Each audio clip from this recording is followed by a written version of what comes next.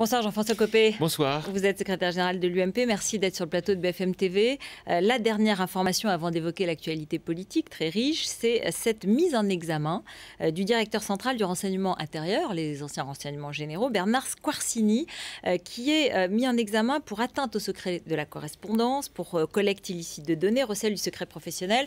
En fait, il est donc accusé d'avoir recueilli les listes d'appels téléphoniques d'un journaliste du Monde dans l'affaire Woerth-Bettencourt.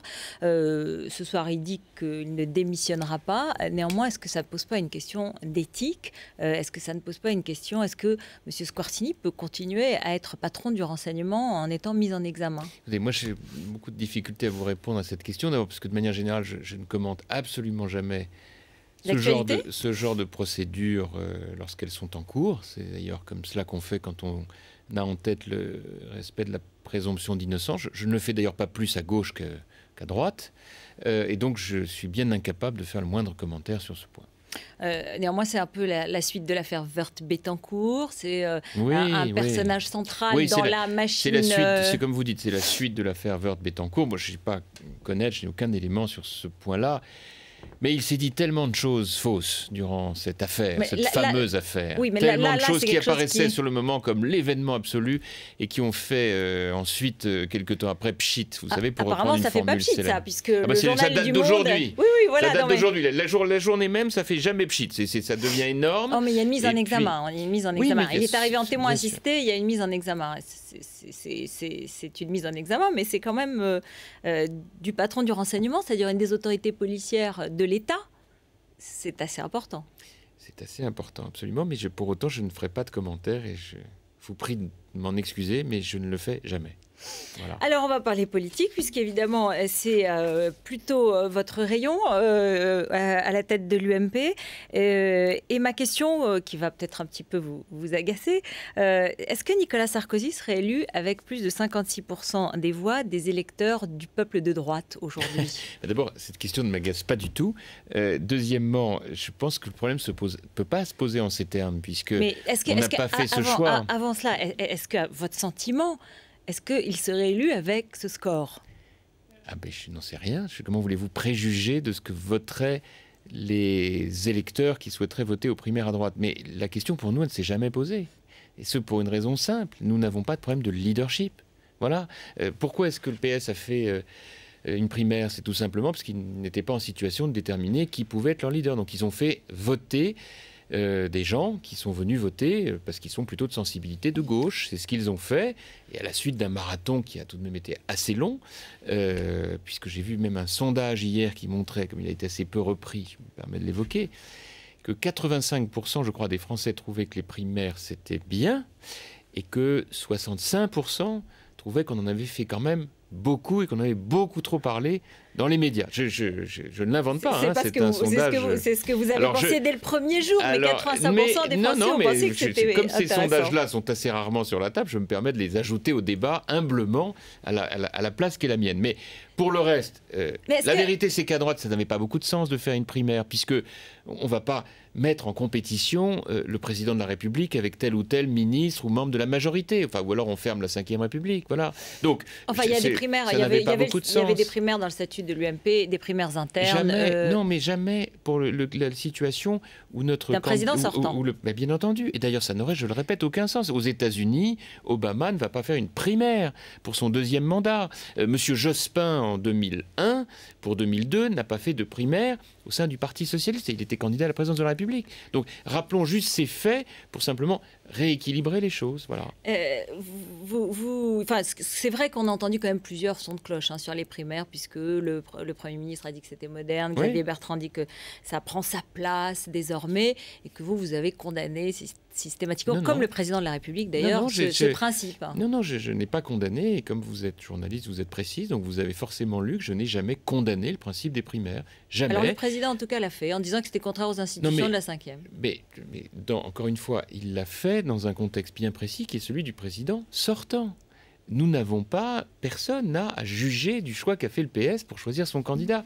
J'ai simplement dit que le problème ne se posait pas pour nous pour 2012 et que je regrettais donc que quelques-uns de mes amis, qui par ailleurs ont 1000 qualités, ouvrent ce débat aujourd'hui pour notre famille politique, tombant ainsi dans le piège que nos adversaires voulaient nous tendre.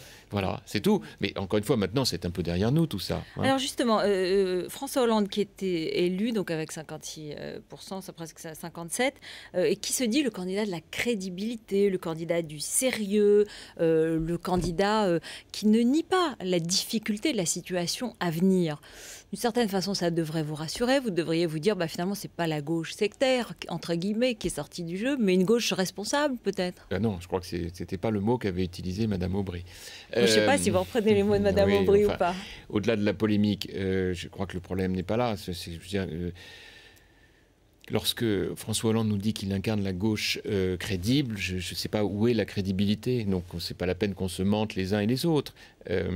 Lorsque l'on fait la totalisation de toutes les dépenses nouvelles qu'il propose dans son projet, lorsque l'on totalise les augmentations d'impôts phénoménales qu'il a annoncées pour justifier qu'il allait pouvoir ainsi financer les hausses de dépenses publiques, qu'est-ce qu'on constate? Que non seulement c'est pas crédible, mais qu'en plus c'est complètement contraire à l'intérêt de notre pays dans la période de crise que nous connaissons.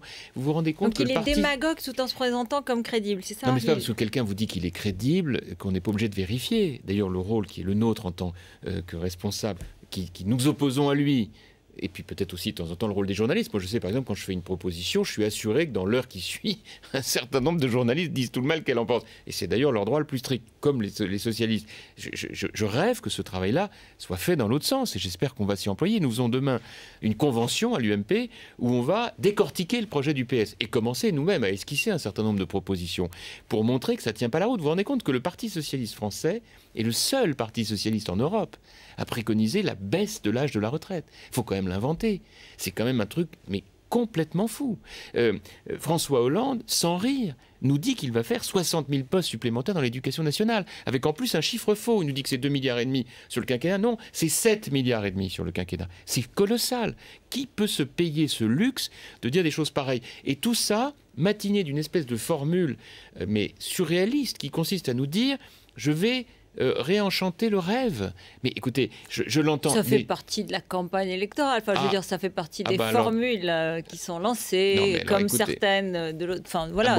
Oui, enfin, celle-ci a quand même ce site particulier qu'elle est dans la ritournelle traditionnelle de la gauche.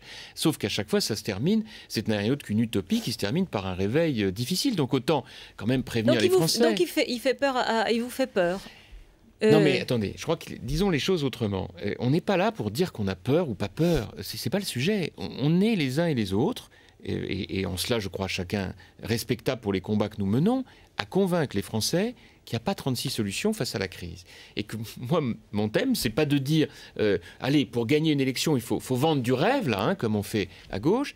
C'est plutôt de dire que la noblesse de l'engagement politique, c'est plutôt d'éclairer le chemin. Surtout dans cette période qui est tellement difficile, où les gens sont dans beaucoup d'incertitudes. Vous savez, il ne faut pas qu'on se raconte d'histoire. Moi, vous le savez, je suis maire de Meaux, qui est une ville qui est le reflet de la société française d'aujourd'hui. Je suis mais totalement sensibilisé, mobilisé sur les questions de précarité. Enfin, on sait bien qu'aujourd'hui en France, et notamment avec cette crise, les gens sont très inquiets, qu'ils souffrent, qu'ils sont inquiets pour leur emploi, pour leur pouvoir d'achat. Face à cela, il y a deux options. Vous avez l'option socialiste qui en fait se termine à chaque fois par des promesses de dépenses publiques supplémentaires qui, on le sait très bien, n'ont pas apporté de solution. Et puis il y a nos propositions et il y a les qui propositions sont à l'opposé de Marine cela. Le Pen aussi, qui peut aussi avoir sa voix, et qui aujourd'hui, par exemple, prend la parole sur Dexia et dit il y en a marre de payer pour Dexia, il y en a marre de payer pour les actifs pourris des banques, et qui demande à l'État de racheter pour 1 euro et d'éviter la faillite de Dexia. Si on rachète pour 1 euro, ça veut dire qu'on nationalise, j'imagine. Enfin, j'ai pas très bien compris ce qu'elle voulait dire. Mais si on Qu'est-ce que vous répondez? Comment on peut réagir? Parce que c'est pas 1 euro, ça ne c'est pas en vente pour 1 euro. Donc soit on nationalise sans compensation par le contribuable, et ça s'appelle alors une spoliation. C'est d'ailleurs ce que Montebourg propose. Hein. Donc il y a une connexion Montebourg-Le Pen qu'on fait semblant de ne pas voir, mais qui est une réalité et qui regroupe finalement un axe un peu populiste. Très bien, il y a en Europe des axes populistes qui jouent sur les peurs, qui disent mais il y a une solution, on ferme les frontières, on exproprie, on spolie. Pourquoi est-ce qu'on intervient sur les... Ça, c'est hors de question, bien sûr. Écoutez, attendez, disons les choses. Pourquoi est-ce qu'on intervient sur les banques? C'est pas pour les banquiers, c'est pour sauver l'épargne des gens. parce que c'est les gens qui mettent leur argent dans les banques. Si on n'était pas intervenu, comme l'a fait Nicolas Sarkozy en 2008, lorsque il y avait un véritable risque sur le système bancaire, si on n'était pas intervenu, mais ça veut dire que l'épargne des Français était menacée. Et en plus, on est intervenu de manière intelligente. Vous savez qu'on a fait un système d'avance remboursable qui a donné lieu en fait à un système dans lequel l'État a gagné de l'argent puisque des dividendes, des intérêts de prêt ont été versés par les banques pour des sommes très importantes. Et 2 milliards d'euros. Et on recommencera la semaine prochaine. Écoutez, pour payer la dette grecque. Je ne veux pas préjuger de ce que le gouvernement décidera, mais il y a une chose qui est certaine, on ne laissera pas tomber la Grèce et on ne laissera pas tomber les banques. Parce que derrière ça, il y a un rendez-vous de responsabilité économique pour les gens et politique pour l'Europe. Ou alors il faut fermer toutes ces structures que nous avons créées pour préserver la paix, pour préserver la croissance et pour tenir bon face aux autres régions du monde qui se développent. Et Marine Le Pen, elle dit aussi, François Hollande et Nicolas Sarkozy, ils ont les mêmes solutions. Par exemple, sur la Grèce, dans le fond, c'est à peu près les mêmes solutions. Écoutez, elle a du mérite, ça veut dire qu'elle a compris ce que François Hollande promet pour la Grèce. Moi, je n'ai toujours pas compris. J'ai entendu absolument tout et son contraire, puisque François Hollande, en réalité, et c'est sa marque de fabrique. Et je pense quand même qu'avec les jours et les semaines qui viennent, une fois passée cette atmosphère fleurie de 10 mai 81 d'hier soir, où je rappelle quand même que les socialistes étaient quand même entre eux, donc il y avait forcément un socialiste qui allait gagner. Bon, donc j'espère que maintenant on va se réveiller et on va voir ce que c'est que François Hollande. C'est-à-dire c'est François Hollande, c'est un homme qui a des tas de qualités, sans nul doute, j'ai pas de problème avec ça, mais qui a une caractéristique. Il est incapable de prendre une décision courageuse. Vous savez ce que c'est une décision courageuse? C'est une décision qui peut éventuellement être impopulaire. Dans sa campagne, pas une seule fois, il n'a proposé une réforme de structure. Pas une seule fois, il a proposé une baisse de dépenses. À chaque fois, c'est hausse d'impôts, en particulier sur les méchants riches, mais à force d'augmenter tous les impôts, c'est les Français des classes moyennes qui vont être concernés. Et puis c'est plein de milieux différents. Regardez, il veut raboter les niches fiscales. Bon, mais il veut les raboter méchamment. C'est vraiment, on enlève tout. Vous aussi, vous avez commencé. Il nous a expliqué, si je compte sa totalisation, qu'en réalité, il va les supprimer. Mais là-dedans, par exemple, il y a une niche fiscale qui intéresse beaucoup de gens qui, par ailleurs, disent le soutenir, dans le domaine de la culture. Les Sofica, c'est pour financer les sociétés de cinéma. La niche sur la loi Malraux, c'est pour détaxer les travaux qui permettent la réhabilitation du patrimoine. Et il y a comme ça toute une série de dispositions qui sont prévues. Donc pour vous allez le décortiquer, vous allez le décortiquer demain. Juste un tout petit mot, vous avez confié à des journalistes de façon très claire que vous avez déjeuné avec le Premier ministre et que vous avez fait un pacte avec lui. Vous le soutiendrez quand il viendra à Paris, il l'a annoncé d'ailleurs. Et en contrepartie, en quelque sorte, il vous laissera, il ne se mettra pas en concurrence avec vous pour le parti, pour l'UMP, quelle que soit l'issue du scrutin de 2012. Apparemment, c'est votre pacte, et lui, il n'a pas l'air d'en faire, d'avoir noté ce pacte. C'est ce que j'ai compris. Bon, disons il y a eu pacte ou pas? Il y a eu pacte ou pas? C'est-à-dire oui, dans le sens où à partir du moment où je lui ai fait cette proposition que je trouvais équilibrée et qui en plus a l'avantage d'apaiser tout le monde parce qu'elle se fait de manière constructive. Donc il a trahi un pacte. Eh bien, il m'a dit qu'il était d'accord, sa formule était marchons comme cela.